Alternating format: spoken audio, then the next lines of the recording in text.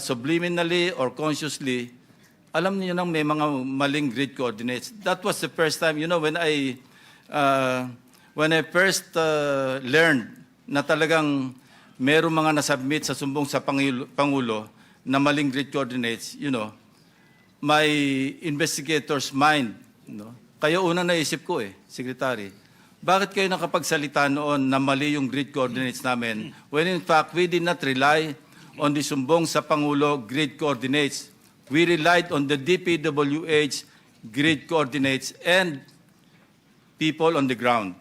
Kaya we were 100% sure na yung sinabi ko sa aking privilege speech na ghost project sa Sitio Dique was really a ghost project. Alam nyo, Mr. Secretary, i-disclose ko lang, noon ako unang napikon sa inyo. Because you were undermining the work done by my staff. Go ahead, please. Please explain. Your Honor, I'm sorry, but there's probably a misunderstanding a little bit on that, Mr. Chair. I only knew about the differences between the yung grid coordinates when we submitted actually the list of projects sa Office of the President. That is, I never knew actually about the coordinates, even maliwanag po yung inyong interview Mali yung grid coordinates ni Senator Lacson. Yun ang narinig ko sa interview nyo. Sabi ko, paano niya sabing mali? Chinek namin sa ground mismo, kausap namin yung mga tao, and we inspected physically. No? So my other question is, between August 4 last year, when you submitted the list of the grid coordinates to the Office of the President, and now that we're discussing it, kailan nyo unang na-realize na may mga maling grid coordinates? After August 4, Your Honor. When? After August 4 could be today.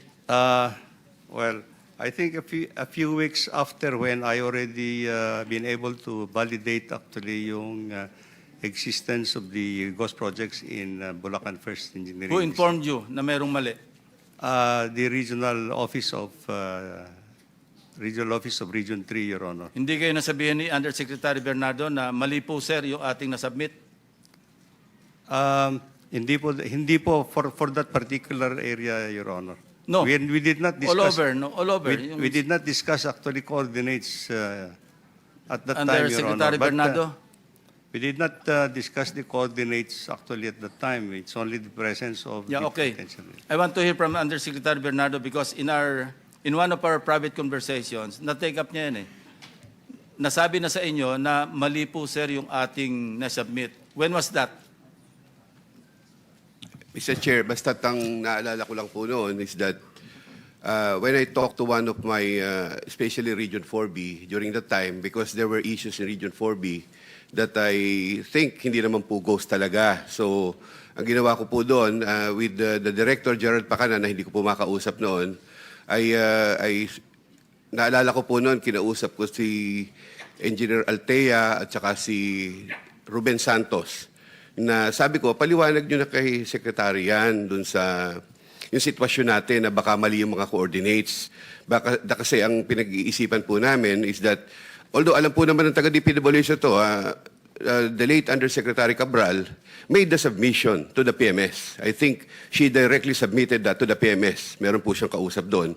And of course, I think the Secretary, during that time, cannot read all these documents. Hindi naman po niya yun Ang alam ko po noon, nagpapalitan lamang ng nagsasabit si Jose Cabral sa PMS. So yun po yung alam ko. So that is why, ang sinabi ko po, paliwanag ninyo kay Secretary Bonoan na mali ang coordinates. Baka kailangan maano niya. And I think between those period, may napaliwanag po ni Ruben Santos kay Secretary. Nabanggit po sa kanya. Kailan po ito? I think after the submission na po nung sambong sa Pangulo, Mr. Chair. After August 4? After August 4 po. So, how many days after August 4 yan? Siguro po ilang araw lang kasi parang hindi pa po ako retired noon So were there efforts to inform the President to correct, or were there efforts within the department to correct, to rectify Kasi ang tagal ginagamit ng sumbong sa Pangulo yung mga grid coordinates eh. And kami mismo, I kept praising the sumbong sa Pangulo as very helpful to us. Kailan nyo kinol yung attention na Malacanang, Ops, i-recall muna namin kasi mali yung aming nasubmit.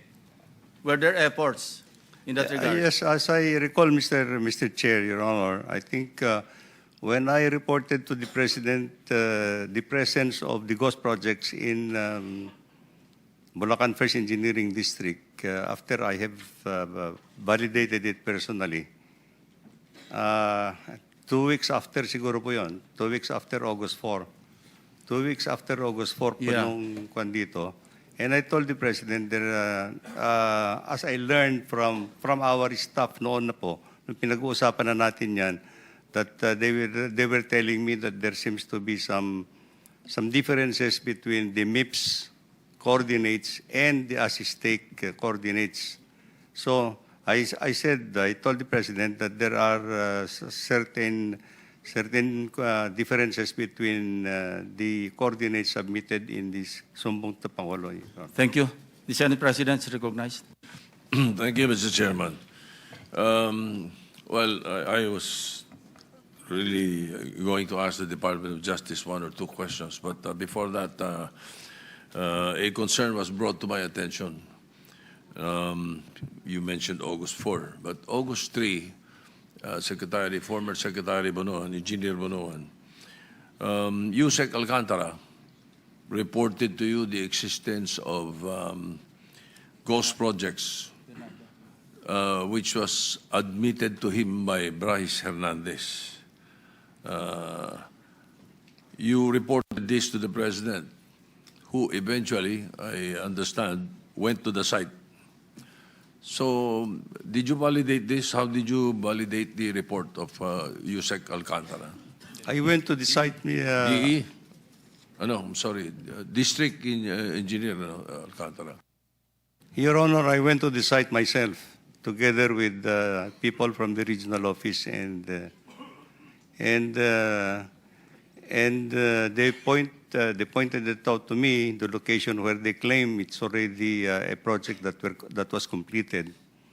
And I took some time actually to validate it, asking people around, I mean the people in that area, if they indeed this project were actually new projects, and they confirmed to me that these were old structures already, Mr. Chair.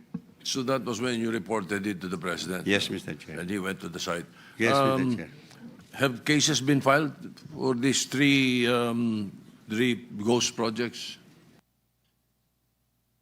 Well, Your Honor, after I resigned from the office in September 1, I would not put the So you're not status. aware? You're not aware. Where is this project, Engineer? In Bulacan First Engineering District, Your Honor, I think one in Malolos and one in Pandi or something.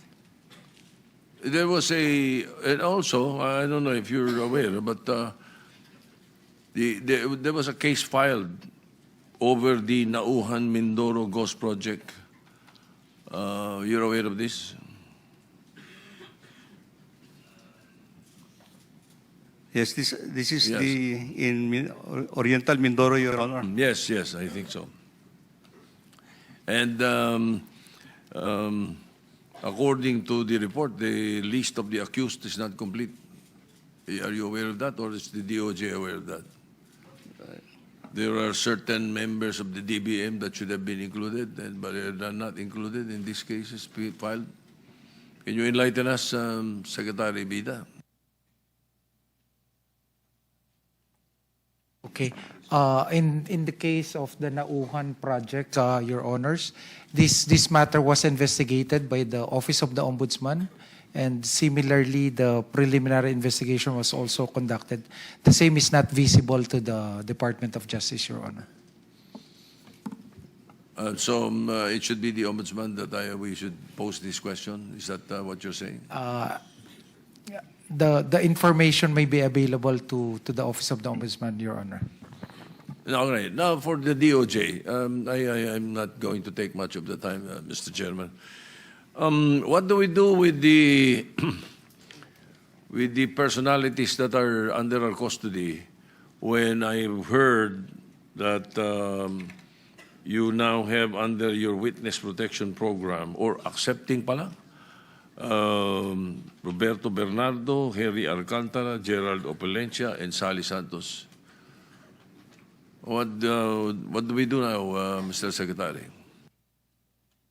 With your permission, PG Dong Padulyon would. Go ahead. Thank you, Mr. Chair. Insofar as the witnesses admitted already into the program, Mr. Chair, the department will probably be asking for, especially for those who are under the custody of the Senate Blue Ribbon Committee, that we take custody of them so that they can be placed under the protective custody of the Witness Protection Program. You are contemplating on sending a request to the Senate, is that it? Yes, we are contemplating on doing that, Mr. Senate President, sir. But not at the very moment, no? You may only be referring to Henry Alcantara, right? Yes, Mr. Chair. He's the only one under the custody of the Senate that was Ah, submitted. yeah. So Yes, sir. Only Engineer Henry Alcantara, sir. Bernardo, Valencia, and Santos are not, no? Opulencia, Engineer Opulencia, and Sally Santos are not under the custody of the Senate, Your Honor. All right. Sama nyo na pag alis nyo, kung gusto nyo.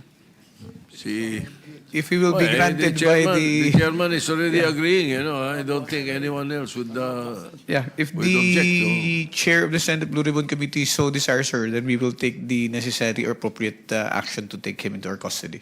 Sige, baka mabawasan na namin yung laman doon sa baba dahil Pakain. baka may mga ipapasok kami bago eh. Meron nga, Yung, Mr. President. especially those who do not respond to the subpoena that the Senate has brought out. So, all right. Your Honor, if we just thresh out the operational matters with the office of the committee of the Senate, Your Honors. Yes, Alright, we will gladly take the protective custody of the I know state for a fact that witnesses. the Committee on Agriculture under Senator Pangilinan wants to confine some people. A few more after. Currently, Mr. President, and I Sige. think in the next hearing, meron pa ho. Kaya mas So, maganda talagang mailipat na yung iba. So, Mr. Chairman, are we agreeing to the request? Admit nyo na rin sa program yung iba kung magko-cooperate para mabuwasan pa rin kami rito. Assuming that they fully cooperate, kasi I've been telling them, informing them na hindi pa naman huli yung lahat. And the committee may even recommend through the Senate President, once they fully cooperate and help in the investigation and eventual conviction of those being implicated, then, and I hope you will agree if the committee will recommend to the WPP, to the DOJ actually. Mr. Chair, we will seriously consider the recommendation coming from the Senate Blue Ribbon Committee and the Senate President. As we have made official in the statements of the department, we are not totally disclosing the possibility of these witnesses who applied that they will no longer be considered in future cases. Pwede pa naman po, ang sinasabi lang po ng departamento, base doon sa kanilang application sa ngayon at base doon sa mga kasong gusto nilang makover, hindi po papasok. Pero we're not saying that in the future, if there are cases or there are other statements that may come out where it will turn out that they will be or they can be utilized in the prosecution of these cases, the department will certainly consider it, sir. So, loud and clear, Bryce, JP, Curly, you heard it from the horse's mouth. May pag-asa pa kayo. So, pagtulog nyo mamaya, isipin nyo mabuti yung gusto nyo i-testify. Hindi po pwedeng half-hearted and half-truth. Kailangan talaga, when you know, when you decide to fully cooperate, fully cooperate. All right. So thank you, Mr. Chairman. I will not use the rest of my time. I will just use it for interjection later on. Sigo. Thank you. Isa pa, before I recognize Senator Risa Ontiveros, hindi to cast in stone, di ba? Kasi pag nag-violate along the way, pwedeng mawala sila sa program. Totoo po yun. may mga kondisyon na kailangan nilang ang pinaka-basic na kondisyon, patuloy na makipagtulungan Correct. sa Estado para mapatibay natin ang kaso at successful tayong manalo sa mga kasong atin. And ang covered lang yung kasong tinetestify nila. Pag may sumulpot na ibang kaso na hindi nila binanggit, na hindi sila kasama, makakasuhan pa rin sila doon sa ibang kaso. Opo. Yan po ang ating Witness Protection Program, Your Honor. Thank you. Thank you, Secretary Mr. Vida. Mr. Chair, before we move Yes, on with your Senator, indulgence JB of is recognized. Senator Ontiveros, tungkol lang dito sa pag-admit sa state witness, state witness protection program. No? How do we determine, how do you determine yung gravity ng participation of those who were admitted as state witnesses? Kasi baka mamaya, yung mga na-admit dito, most guilty. Di ba? I think, not a lawyer, pero sa batas, na yung mga most guilty, hindi ho pwedeng maging state witness. Thank you, Mr. Chair. Tama po kayo doon, sir, na sa pag-i-evaluate po na kung sino yung tatanggapin bilang state witness, hindi naman po kasi question niya na unahan. Ang pinagba-uusapan ho dito, meron po mga pamantayan na sinusundan tayo. First, that what they have to say is material, it can be corroborated, and that they're not the most guilty. So, kung meron po tayong makikita, no, hindi naman po rin kasi kailangan sa lahat ng kaso na kumuha ng state witness ang Estado. Only in those cases or instances na sa tingin natin kulang o may kakulangan doon sa ebidensya na kailangan mapunuan, diyan po natin tinitingnan kung sino ang pwede nating ikonsidera bilang state witness. Thank you, Mr. Chair. Also, yung I think you have to be meticulous on who should be admitted as state witness kasi baka mamaya maubos na. Kung matanggap pa as state witness yung talagang main participants, sino pang Sino na lang may iwan dito? Yeah. You have to be meticulous on who to admit as state witnesses. Yes, Mr. Yan po, Chair. Mr. Chair. Thank yes, you. Mr. Chair. We are very careful and we are conscious of the need to scrutinize and carefully examine who the applicants are. We cannot consider everybody who applies because otherwise wala na po tayong ipoprosecute dyan.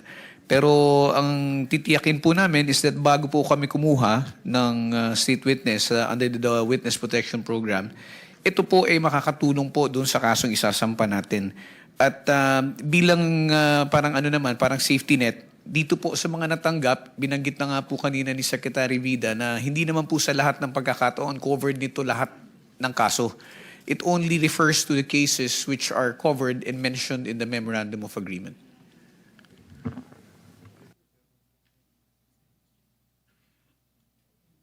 Thank you. Before I recognize Senator Ruiz Ontiveros, segue lang tayo ng konti. Anyway, pwede naman balikan tong issue, including the Cabral files later. But para lang ma-dispose na natin yung dalawang bagong witnesses, nakapag-administer na ba ito? Hindi pa. Kindly administer the oath to Maria and Joy. Hindi ito yung mga real names nila, pero kindly administer the oath to the two new witnesses. Kindly stand up. Kindly raise your right hand. Do you solemnly swear to tell the truth, the whole truth, and nothing but the truth in this proceeding? Thank you. Please sit down. And ipaliwanag nyo lang kung bakit kayo naanditong dalawa. Kayo na yung magkwento. Sige.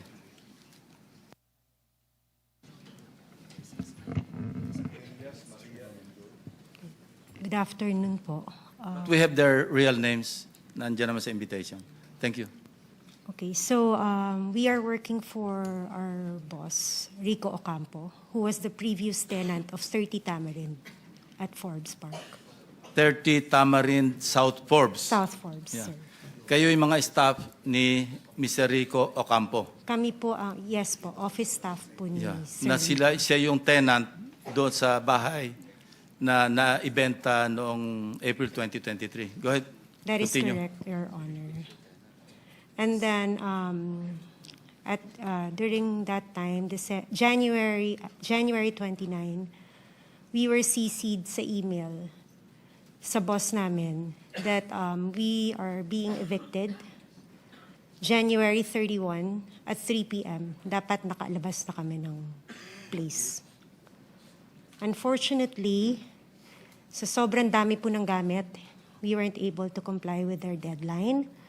So we have asked TJ Conti, who is the broker from Turnkey Properties. Nakipag-coordinate po kami to have an extension. And we were given until February 3, I think. That was already 2024 po. And eventually you were evicted. And who informed you that you were being evicted? We were informed by our boss po. It was parang email po ng law firm. And then sinisi po kami ng boss namin for us to be aware that we have to leave the place by January 31, 2024 at 3 p.m. Yeah, I was able to talk to your boss, si Mr. Rico Ocampo. And he made mention na meron kayong nakaharap nung you were forcibly being pushed out of the residence. Nabanggit niya si Carla Discaya. Would you confirm that? That was February 1 po. Yeah. TJ Conti, he introduced us to the contractor, but he didn't mention the name. Yeah. But how did you know that that contractor being referred to by TJ Conti is actually Mr. Discaya? Well, actually, sir, we already mentioned to our boss nung lumabas yung mukha po ni Mr. Discaya. Nasabi ko, kamukha Saan lumabas ang sa mukha? TV po, when the flood control project is being brought up. No? During the hearings. Yes, during the hearings. Okay, so sabi so- ko sa boss ko, sorry about that. Sabi ko po sa boss ko, tsaka sa colleague ko, tingnan nyo nga, ma'am, tingnan mo pong maigi itong mukha na to.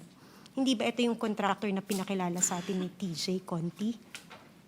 And then we both agreed na siya nga.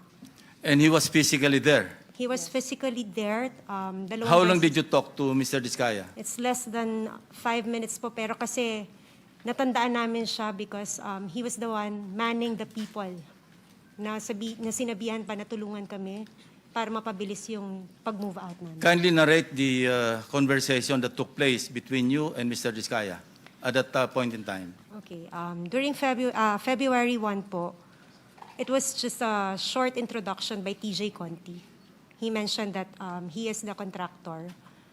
And then February 2, medyo nagtagal po kasi nakiusap na nga kami na we really cannot matanggal lahat ng mga gamit dahil sa sobrang dami.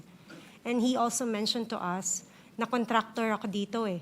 Meron din kaming deadline. And then we both asked, baka pwede po namin pakiusapan yung may-ari, yung bagong nakabili ng bahay. And then he also mentioned that si Romualdez ang nakabili. And then after po nun, That's according to Mr. Discaya. that is according Okay. to the contractors. Now, nandito tayo ngayon sa pagdinig, kung makikita niyong personal, si Carla Discaya, makikilala niyo? Yes, Your Honor. Pakituro niyo nga kung naandito siya sa loob ng session hall. Lapitan niyo na lang kung sino dyan among the resource persons. Hindi, lapitan mo na lang at hawakan mo na lang sa balikat, hindi magagalit yan. Your Honor, Excuse pwede me, po bang... you'll be recognized later. Okay. No? Tuloy lang natin itong proceeding muna. Sige, Miss. Pareho kayo na ina-identify nyo na siya mismo yung kaharap ninyo na sinasabing ang may-ari ng bahay, si Speaker Romualdez, at kailangang umalis na kayo? Kindly answer, use the microphone. Tama po, Your Tama po, sir. So maski ngayon, sa susunod na panahon, sa ibang pagkakataon, ganyan pa rin ang inyong magiging statement. Correct, Your Honor. O ngayon, Curly, it's your turn. Your Honor, okay lang po ba tanggalin nila yung face mask nila? Kasi sa totoo lang po, talagang hindi ko sila naaalala kahit sa panaginip ko na naginip ako ng It's not for you to bangungot. identify them, it's for them to identify you. No? Your Honor, wala po kasi akong maalalang transaction at saka that's your nakapas. option to deny. What we're establishing here is the fact that there are two witnesses present here under oath na sinasabing nagpunta ka doon at nine-name drop mo, totoo man o hindi, si Speaker Romualdez na siya nagmamay-ari, bagong may-ari noong number 30 Tamarind Street sa South Forbes. Yun lang naman eh. It's not for you to be able to, hindi naman ikaw ang witness against them eh. I don't know if I'm correct. Secretary Bida, kindly help me out, or Dong, PG Dong. Tama ba yon? Wala siyang karapatan na i-identify yung nagturo sa kanya? Opo. Ang right to confrontation ho kasi, kung yun ho ang iniisip ni Mr. Diskaya, will come at the appropriate time. But for purposes of identification, ang kakailanganin lang po ay yung taong mag-identify dun sa taong kikilalanin. Thank you, PG Dong. Sige, say your piece. Your Honor, gusto ko po sanang ma-identify po muna yung dalawang nagtuturo sa akin kasi kahit ni minsan po, hindi pa po ako nakakapasok sa South Forbes Park. Hindi ko pa nga alam kung anong mga uri ng mga bahay meron doon. So, malabong-malabo po talaga at wala po akong inuutusan na kahit sinong broker kasi takot po akong bumili sa mga lugar na yun. Ang kaya ko lang bilhin po ng mga lupa sa lugar lang po ng mga Pasig na hindi ganun kamahal ang presyo ng lupa.